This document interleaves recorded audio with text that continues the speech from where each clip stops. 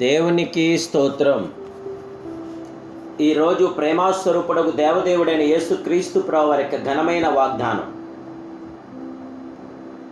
నేను మీతో చెప్పినదేమనగా, మీ శత్రువులను ప్రేమించండి, మేము హింసించే వారి కొరకు ప్రార్థన చేయండి. మత్తయి గ్రంథం 5:44. ప్రియా ప్రేమాస్వరూపుడకు దేవదేవుని బిడ్డలారా, ప్రభువైన యేసుక్రీస్తు మహిమ కలిగిన ఘనమైన నామములో మీ అందరికీ నా హృదయపూర్వకమైన శుభాభివందనాలు యేసుక్రీస్తు ప్రభువు వారి యొక్క ఉన్నత నామములో తెలియపరుస్తున్నాను. దేవుని బిడ్డలారా, మీరంతా బాగున్నారు కదూ? మహిమాస్వరూపుడైన యేసుక్రీస్తు ప్రభువు వారి యొక్క కృపా కనికరం నేడు మీతో ఉండుగాక. మన దేవుడు మనకిచ్చిన శుభవాగ్దానములో నేను మీతో చెప్పినదేమనగా, మీ శత్రువులను ప్రేమించండి, మిమ్మల్ని హింసించే వారి కొరకు ప్రార్థన చేయండి అని మన ప్రియ ప్రభు ఆజ్ఞాపించారు. మన స్నేహితులను ప్రేమించడం సులభం. మన ఎడల ప్రేమ చూపు వారికి మేలు చేయుట కష్టం కాదు, కానీ శత్రువులను ప్రేమించుట ఎంతో కష్టతరమైన కార్యం. శత్రువులు ఎల్లప్పుడూ మనకు కీడు చేయు ఉద్దేశించున్నారు. మనకు విరోధముగా చెడ్డ మాటలను పలుకుచూ మనను అణచివేయుటకు ప్రయత్నం చేయుచున్నారు. కృతజ్ఞత లేని వారిని ప్రేమించడం ఎలాగూ అని మీరు నన్ను అడగవచ్చు. దేవదేవుని బిడ్డలారా, సాధారణమైన పరిస్థితుల్లో మనము మన శత్రువులను ప్రేమించలేము. మన జన్మ స్వభావము దానికి అంగీకరించదు. అయితే కలవరి ప్రేమతో నింపబడిన క్రీస్తుతో నడుచుచుండగా మనము శత్రువులను ప్రేమించుటకు సాధ్యమగును. పరిశుద్ధాత్మ ద్వారా ప్రేమ మన హృదయములను కుమ్మరించబడి ఉన్నది కనుక మనము శత్రువులను ప్రేమించగలం. క్రీస్తు మనలను ఎలాగూ ప్రేమించునో చూడండి. దేవుని బిడ్డలారా, మనము శత్రువులమై ఆయన ప్రేమకు దూరమై ఉండగా ఆయన మనలను ప్రేమించను. కలవరిలో ప్రత్యేకమైన ఆ ప్రేమ మనలను కౌగిలించుకొనెను.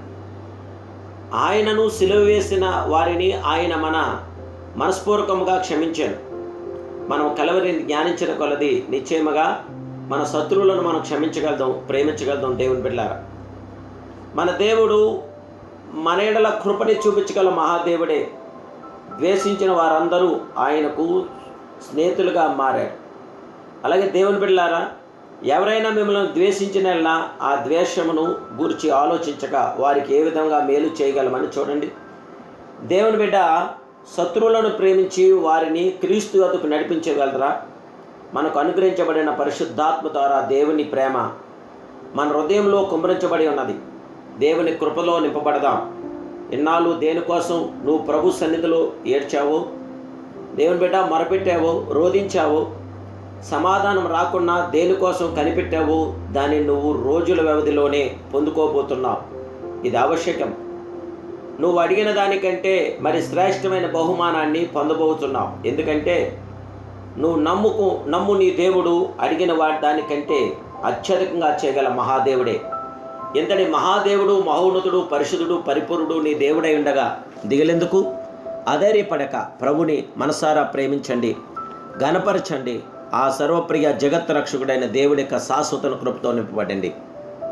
దేవాది దేవుడు మనకి జయ విజయాలు అనుగ్రహించగల మహాదేవుడు, తన కృపాక్షేమములతో మనల్ని నింపి మనల్ని బలపరచగల అద్వితీయ సత్యస్వరూపుడు ఆ దేవాదేవుడికి మహిమార్థంగా ఇప్పుడే ఆయన కృపలో నింపబడదాం. ప్రార్థన. ప్రేమగల మా ప్రియ పరమ తండ్రి, మహాపరిశుద్ధుడా, మహోన్నతుడా, సర్వోన్నతుడా, సర్వాధికారి నీకు స్తోత్రాలు.